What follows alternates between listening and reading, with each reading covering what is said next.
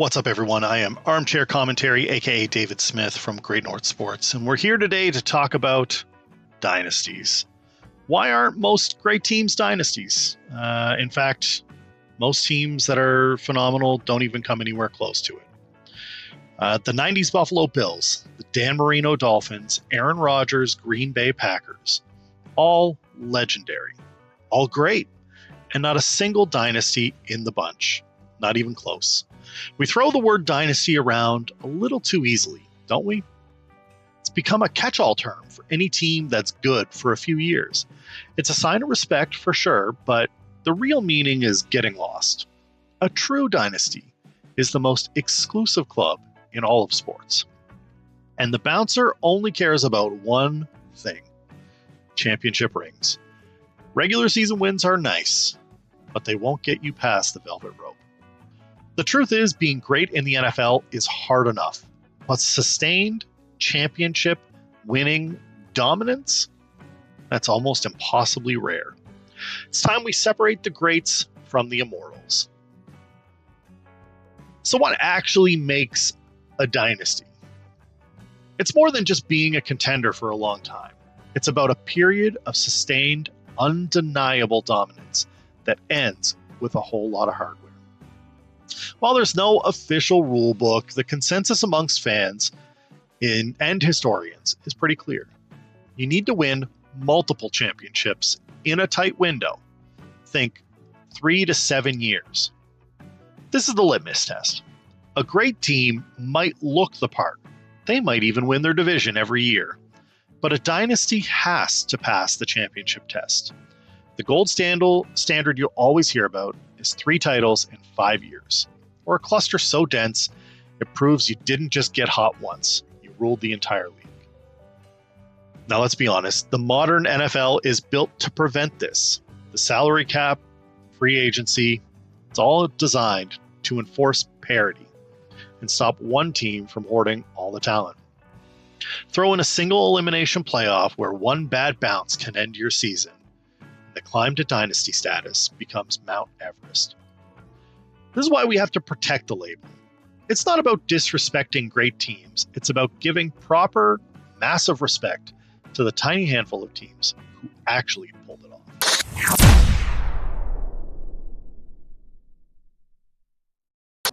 Now, let's start taking a look at a team that defined excellence for a decade. That's the 2010s Green Bay Packers, led by the one and only Aaron Rodgers. One of the most gifted quarterbacks to ever spin a football, the Packers were a juggernaut. From 2009 to 2019, they made the playoffs 9 times, were always in the championship conversation. They were a threat every single year, no doubt. They kicked off the decade by winning Super Bowl and as a wildcard team.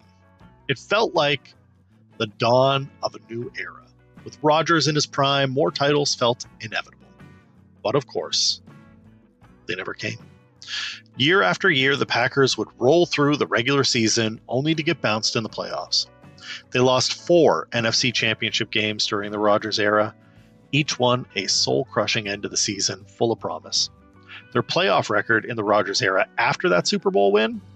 A perfectly mortal 12-10. They had the most important ingredient: transcendent, Hall of Fame worthy quarterback. But a dynasty needs more than one guy who can do the impossible. It requires the whole team to reach the absolute highest level again and again. The 2010 Packers were a fantastic football team, but they are not the ultimate proof that being a perennial contender isn't the same as being a dynasty. One ring definitely doesn't cut it.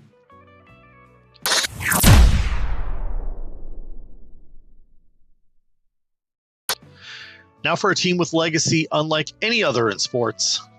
That's right, I'm going to talk about the early 1990s Buffalo Bills. The Packers are a lesson in not winning enough. The Bills are the tragic story of not being able to win the final game. Led by Hall of Fame coach Marv Levy and a roster loaded with legends like Jim Kelly, Thurman Thomas, Andre Reed, and Bruce Smith, the Bills were a force of nature. Their K-gun offense ran circles around defenses, and their greatness isn't even up for debate. They did something no other team has ever done or will likely ever do again. They went to 4 consecutive Super Bowls. 4 straight. The sheer resilience and talent it takes to win your conference 4 years in a row is mind-boggling. On its own, that feels like it should be enough. But it's not. Because the cruel, non-negotiable rule of the Dynasty Club is that you have to win the big one. And the Bills went 0 for 4. From the wide right heartbreak against the Giants to getting blown out by Washington and Dallas, they just couldn't seal the deal. Now, this is not to diminish their accomplishment. It's one of the most incredible runs in sports history and deserves nothing but respect.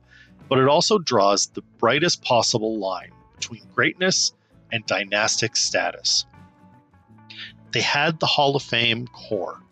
They had the conference dominance. But a dynasty's legacy is counted in rings. The Bills may be the greatest what if in NFL history. But because their trophy case, far from that era, is empty, they're forever on the outside looking in.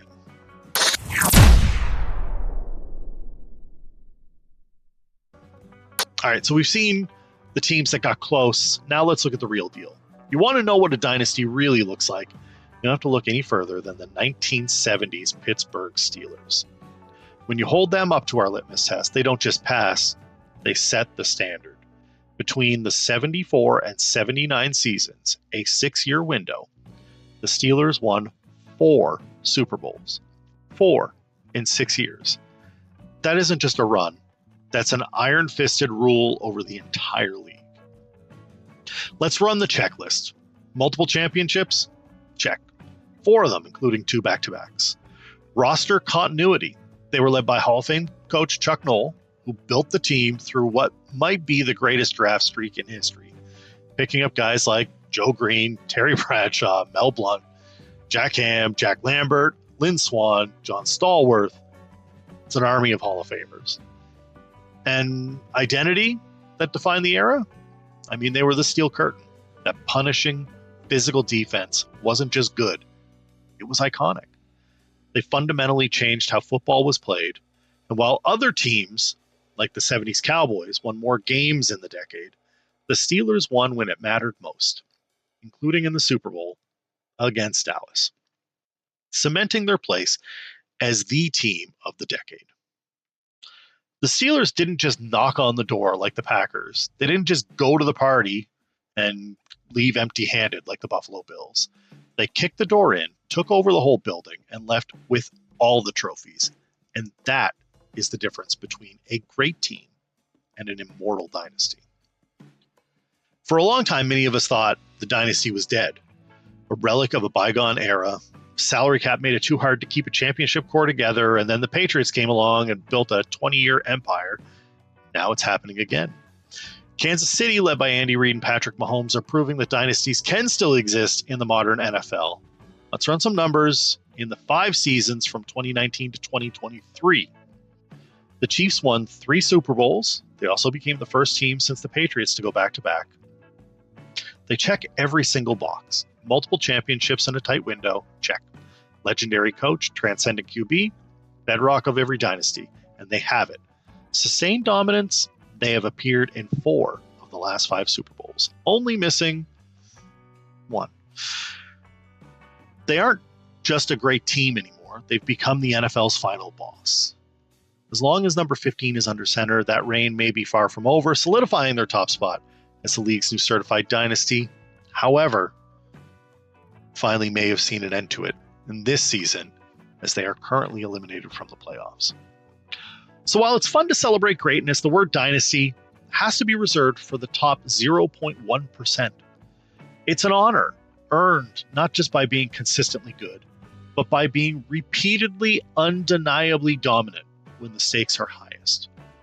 Legendary teams like the 90s Bills and the 2010s Packers gave us unforgettable stories. They fell just short of that brutal, unforgiving litmus test.